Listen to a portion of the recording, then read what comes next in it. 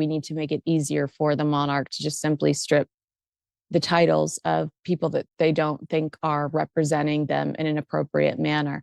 The autumn air at Windsor Castle carried a hushed reverence, thick with the weight of history and anticipation, as the memorial service commenced, a day meant for solemn reflection and the quiet honouring of the late Queen Elizabeth II. Prince William, standing amid the assembled crowd, lowered his head in a gesture that seemed at first ordinary. Yet the audience quickly realised that this bow was neither directed at the crown nor offered to King Charles III. Instead, it was aimed at a woman whose presence had long been quietly woven into the fabric of royal history, yet often overlooked. That woman was Lady Susan Hussey, the Queen's most trusted confidant, and William's godmother, a figure who had long symbolised loyalty, discretion, and the essence of true royal integrity. That single, almost imperceptible bow made against a sea of observant faces carried an unspoken message that reverberated far beyond the confines of the hall, sending subtle shockwaves through those attuned to the subtle politics of the monarchy. The reaction from Queen Consort Camilla was immediate, silent but burning like a flare. To her, this small gesture was far more than a ceremonial oversight. It was a pointed, unmistakable challenge to her authority, a quiet defiance wrapped in reverence. From that moment, no silk gown or perfectly arranged hairstyle could hide the ambition coursing beneath her composed exterior. Polished applause,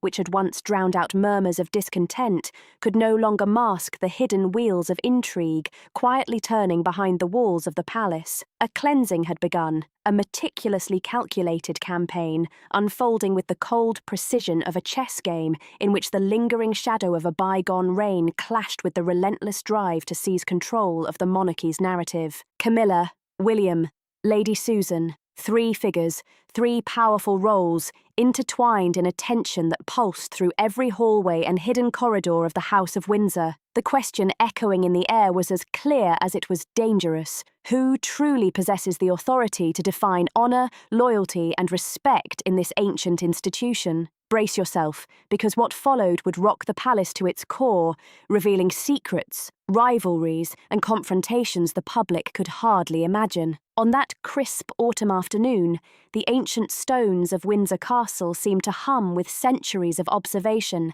whispering stories of triumph, scandal, and devotion. The memorial service unfolded with magnificent regality, drawing hundreds of attendees from the aristocracy, diplomatic circles, and members of the royal household alike.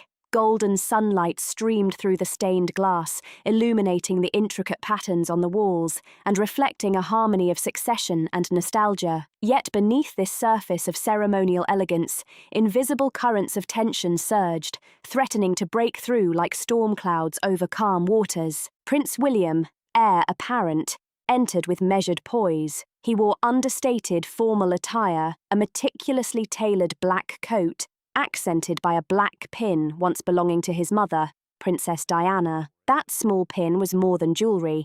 It was a symbol, a quiet emblem of grief, remembrance, and the delicate, almost fragile nature of royal honour. Every step he took was deliberate, controlled, yet his eyes betrayed a steel resolve. He made no acknowledgement of King Charles III, who sat prominently at the centre of the room, nor did he offer any gesture toward Camilla, the Queen Consort whose reign had been shadowed by controversy and transformation. As he ascended the polished wooden platform, William paused, taking a measured breath to steady the swell of emotion within him. His voice, when it rose, was both warm and authoritative, resonating with the power of someone accustomed to leading, yet carrying the sincerity of personal conviction. "Today," he began, "we gather not only to commemorate a remarkable queen who guided this nation through unimaginable trials, from the Second World War to the COVID-19 pandemic, but also to honour those who have safeguarded her legacy across generations, those who gave silently, without fanfare, to defend the foundational principles of our monarchy." Then came the moment that would arrest every eye in the hall. In an act that stunned attendees into silence, William turned toward Lady Susan Hussey, seated humbly in the lower row, far from the centre stage of attention. Her hair, silver white, reflected the overhead lights as if carrying the weight of decades of service. At 85 years old, she had witnessed the monarchy's most pivotal moments, from Queen Elizabeth's coronation in 1953 to the controversies of the modern era, all while remaining a steadfast pillar in William's life. She had guided him, comforted him, and preserved the dignity of the family when it teetered on the edge of scandal. During the tumultuous period following Princess Diana's death in 1997, it was Lady Susan who had offered support when few dared to intervene. Now, William inclined his head deeply toward her, a rare gesture in a culture that often emphasized hierarchy through distance rather than recognition. "You are a living testament to the highest ideals this dynasty has ever upheld," he said, voice quivering with emotion. "To me, you are more than a godmother. You are the guardian of my family's honor when it was nearly lost. You embody the loyalty, dignity, and moral standards the world still expects from us." Applause erupted, cascading through the hall like a tidal wave. Lady Susan pressed a trembling hand to her chest, tears glistening in her eyes. For a woman whose life had been devoted to quiet, unwavering service, this public acknowledgement was transformative. In that moment, she became more than a confidant. She became a living representation of Queen Elizabeth's legacy, a spark igniting the clash between genuine loyalty and modern ambition, between enduring principles and the relentless currents of rivalry. A few meters away, Camilla remained seated, statuesque and composed, yet the tension etched across her face could not be masked. Her flowing silk gown and pearls could not soften the sharp lines of displeasure. Her hair was immaculate, her smile practiced, but today the eyes of the world and the applause of the audience bypassed her entirely. She was eclipsed, reduced to a faint silhouette beside the radiance of history, her image forever compared, unfavourably, to those she had long sought to emulate or surpass. Since Elizabeth's passing in 2022, comparisons had never ceased. Now, with Lady Susan elevated in public recognition, Camilla felt a surge of anger and humiliation that coiled tight in her chest. "I am the Queen," she reminded herself, yet in the eyes of the world, she was cast as nothing more than a shadow of a bygone era. Elizabeth may be gone, but her legacy clung like an unbreakable curse. And now, Lady Susan, the loyal servant who had embodied that legacy for decades,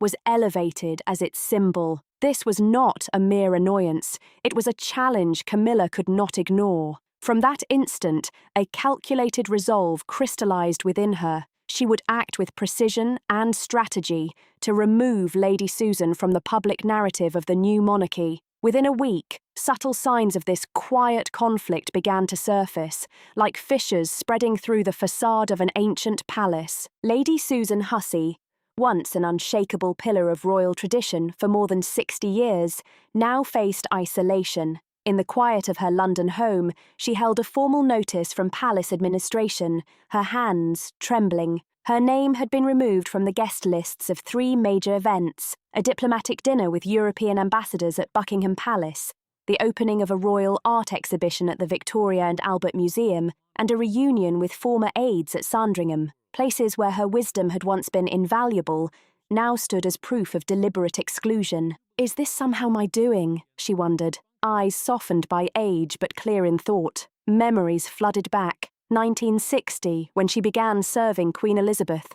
William's birth, comforting him after Princess Diana's tragic death, acting as a moral anchor through crises that would have broken lesser men and women. Decades of quiet service now felt invisible, her presence a relic of a fading era. She phoned an old colleague, voice shaking. "I just want to understand." The response was evasive, cold. "Perhaps it's part of modernizing the monarchy. New figures are being emphasized." The words were a blow, cutting deeper than any public critique could. Tears slid down her lined cheeks, not from anger, but from sorrow at the transformation of a monarchy increasingly focused on image over integrity. Her marginalization continued. Her name vanished from ceremonial advisory programs where she had mentored younger royals for decades, and the press fell silent.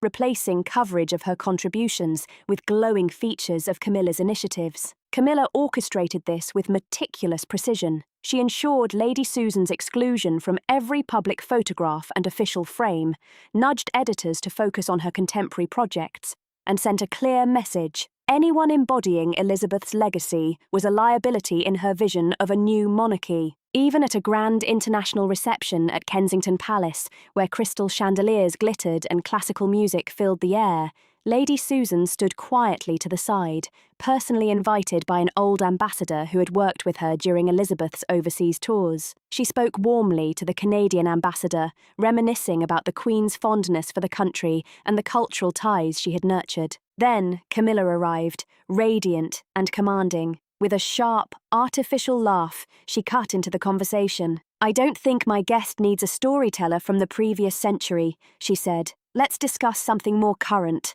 Our environmental initiatives." The words struck like a blade, a public humiliation aimed at Lady Susan's very dignity. She lowered her head, the pain clear in her eyes, not from the insult alone, but from being treated as a relic before the world's eyes. Yet decades of loyalty tempered her response. "Yes, madam," she said softly. The Canadian ambassador shifted uncomfortably. The atmosphere thickened, suffocating with tension. Unbeknownst to them, a royal photographer captured the scene, Camilla leaning forward, triumphant, while Lady Susan stood bowed, tears restrained in her eyes. The image leaked anonymously online, accompanied by a sharp caption. "Is Camilla pushing William's godmother out of the new royal narrative?" Within hours, it had been viewed by millions, igniting discussions and judgments across the globe. The public's reaction was instant and explosive. Social media erupted in a frenzy as the nation, still divided over Camilla's controversial rise, unleashed waves of criticism. Since her days as the so-called third woman, the barbs had never ceased. But this time, they cut deeper. Comments flooded platforms like X and Instagram. "This is outright bullying, unbecoming of a queen." And "Lady Susan deserves every ounce of respect. Is Camilla trying to erase Elizabeth's legacy?" Hashtags such as #StandWithLadySusan trended relentlessly, spreading across the globe as millions voiced outrage. From her private quarters in Buckingham Palace, Camilla observed the frenzy on her tablet, her expression flickering between smug satisfaction and uneasy doubt. She took a slow sip of wine, murmuring to herself, "They'll forget. Public opinion always changes, eventually." Yet, deep in the recesses of her mind, an uncomfortable truth gnawed at her. This was only the beginning, a crack in her carefully constructed reign that could grow into a gaping chasm. Years of living under the shadow of constant comparisons to Diana and Elizabeth had shaped her into a calculating, almost predatory strategist.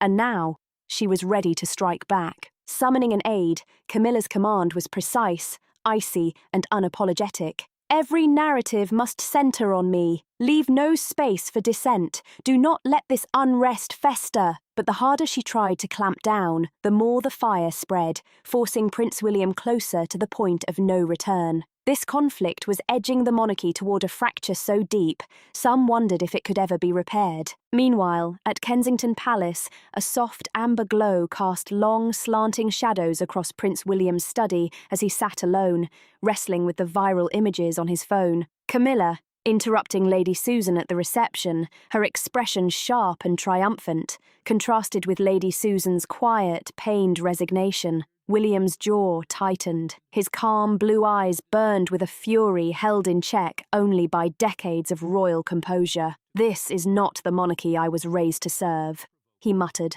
voice low, grinding between teeth. "This is decay, a betrayal of everything my grandmother stood for." Lady Susan was far more than a ceremonial figure. She had held him, comforted him, and reminded him repeatedly of the values that Queen Elizabeth had instilled in the monarchy: loyalty, integrity, and unshakable duty. She was the living bridge between past and present, the embodiment of a moral code that had survived wars, scandals, and decades of public scrutiny. The attack on her was nothing short of an assault on the soul of the monarchy itself. William's resolve hardened. He could no longer remain passive. He placed a call to his most trusted advisor, set up a meeting immediately. No press, no Charles. Just her and me. This is personal, and I will handle it myself. On the other end, the advisor agreed instantly, fully aware that William, usually composed and measured, had reached his breaking point. The meeting was set for late that night in Queen Elizabeth's former library at Buckingham Palace, a room steeped in history, the scent of old paper and polished wood mingling with decades of decisions that had shaped a nation. Portraits of past rulers gazed down, silent witnesses to a confrontation that would soon ignite into a battle for legacy itself. Camilla entered with deliberate grace, her authority radiating from every measured step. A long, dark skirt and silk shawl clung to her form with calculated elegance. She seated herself across from William, masking her rising tension with composure, though her knuckles pressed into the armrests betrayed her strain. William, refusing to sit, rose to his feet. His voice, low yet cutting, carried a restrained but unmistakable storm. "You've crossed the final line," he began, each word deliberate, echoing like a gavel in the quiet library. "Targeting Lady Susan, someone who stood by me when the world turned its back, who has been family to me, isn't just an insult to her, it's a direct attack on me. Do you honestly believe that power gives you the right to erase loyalty and history?" Camilla's eyes flickered with defiance, her tone calm but edged with self-preservation. "You're overreacting, William. I'm not bullying anyone. I'm removing what no longer belongs. The monarchy must evolve. It must embrace the century, not cling to the past. Lady Susan has served her time. The world has moved on." William's head snapped forward, eyes blazing, voice trembling with fury, barely restrained. "No! You're punishing what you can't replicate. You resent my grandmother, Elizabeth and Diana, and now you're projecting that resentment onto Lady Susan. You think authority can erase history, make people forget what honor looks like, but you're wrong. This isn't reform. It's cruelty, and hiding behind a crown doesn't change that." A bitter smile flickered across Camilla's face. "Perhaps I cannot replace those legends, but I can make the world stop talking about them. Remember, William, I am the Queen Consort. Charles has given me the authority to shape this reign." William held her stare, unwavering, voice steady as an oath. "Power is not meant to crush the defenseless. What you are doing diminishes you and shames the monarchy. I will not allow this to continue. I will make sure people remember what loyalty and integrity truly mean. You started this conflict. Now you will face what follows." The confrontation ended abruptly. No farewells exchanged. Camilla departed, anger simmering, but for the first time, fear coiled in her chest. She had never seen William like this. Not the courteous prince, but a determined guardian of legacy. In the darkened corridors, she whispered to herself, "He will regret this." Back at Kensington Palace, William held Catherine close in their warmly lit living room. Concern filled her eyes as she murmured, "I fear this will only escalate." He answered softly but firmly, unwavering in resolve. "We have to protect what my grandmother left behind. This isn't just about Lady Susan.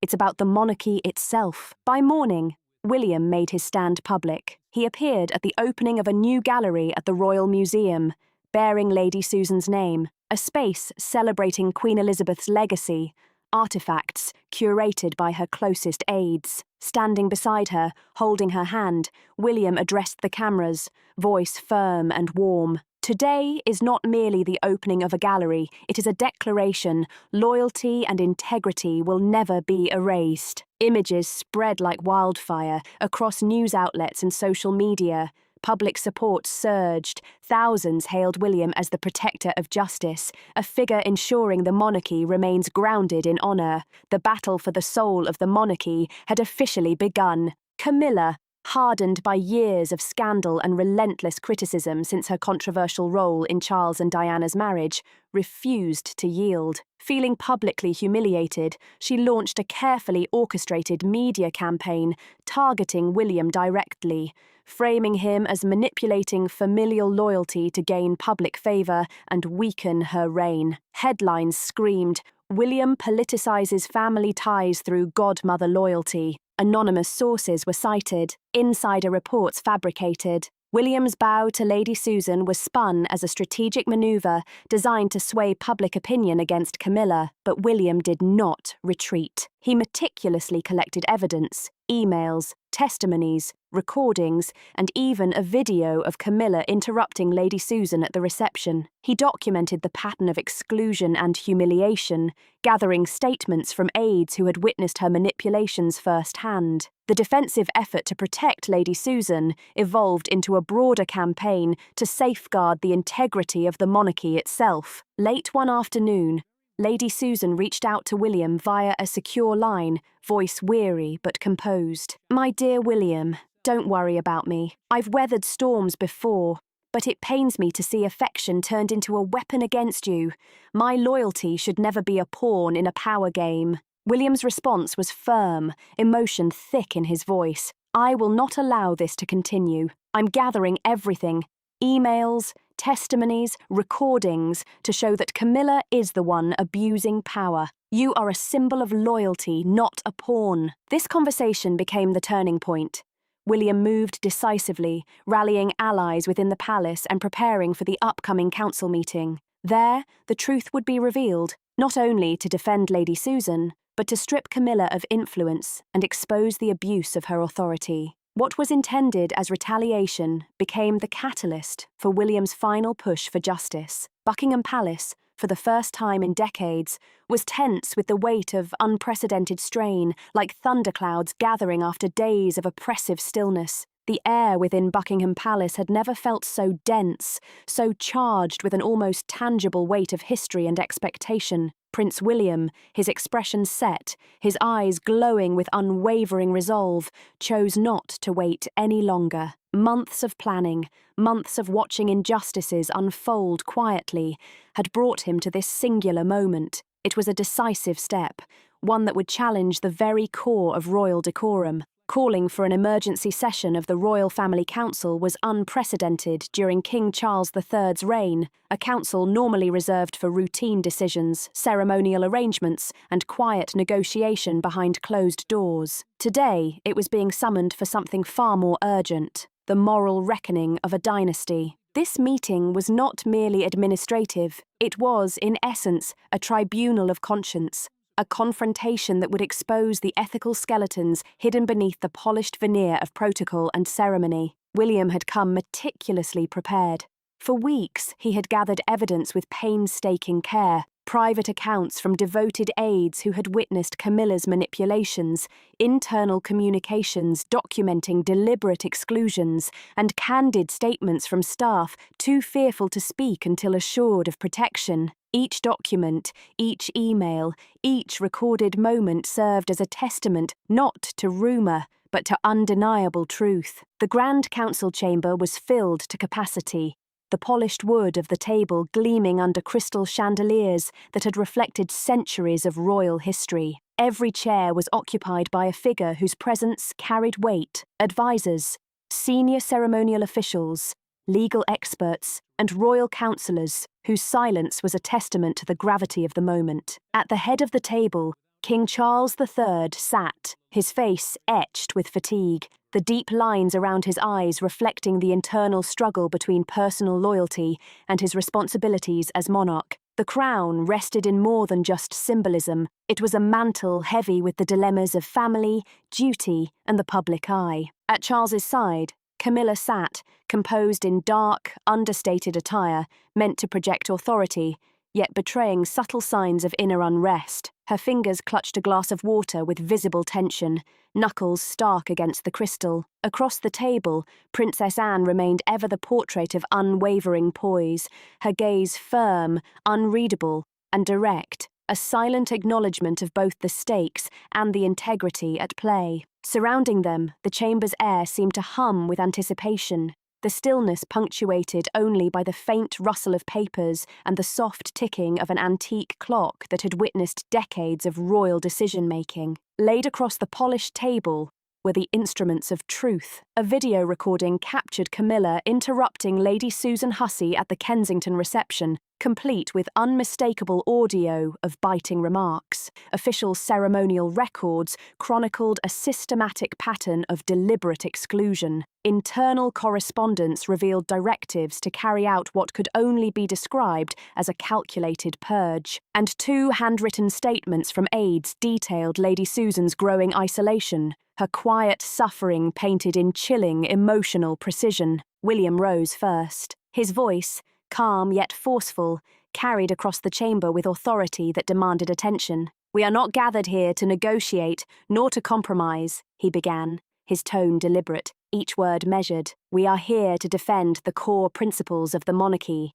Integrity, loyalty, and justice. Titles are irrelevant.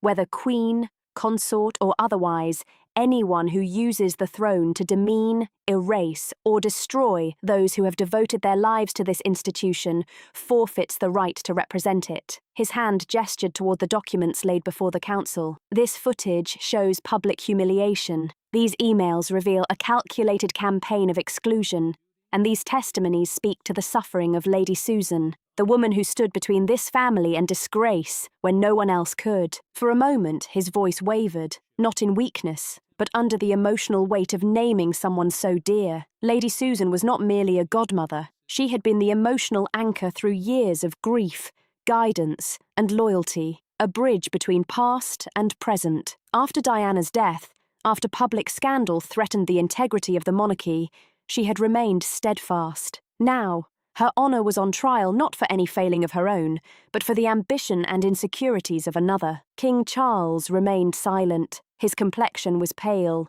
his eyes downcast, as if staring into the moral chasm that had opened before him. He understood the gravity of the accusations. He knew the truth. Yet the bonds of affection for Camilla tangled with duty and responsibility, leaving him immobilized. His voice, which might have intervened, caught in the delicate balance of loyalty and judgment. Camilla, who had strived to maintain her composure, suddenly lost her veneer. Rising abruptly, her hand shook as she pointed toward William, tears streaming down her face. "I've endured enough," she cried, her voice cracking under years of buried resentment. "You intend to humiliate me in front of everyone. You'll regret this. I am the queen. I sacrificed everything to reach this position. Who are you to pass judgment on me?" Beneath her anger lay unmistakable fear, the terror of losing power, of being cast aside just as she had cast aside others, of the throne revealing the vulnerabilities she had hidden for decades. William did not falter. Stepping forward, his tone resolute,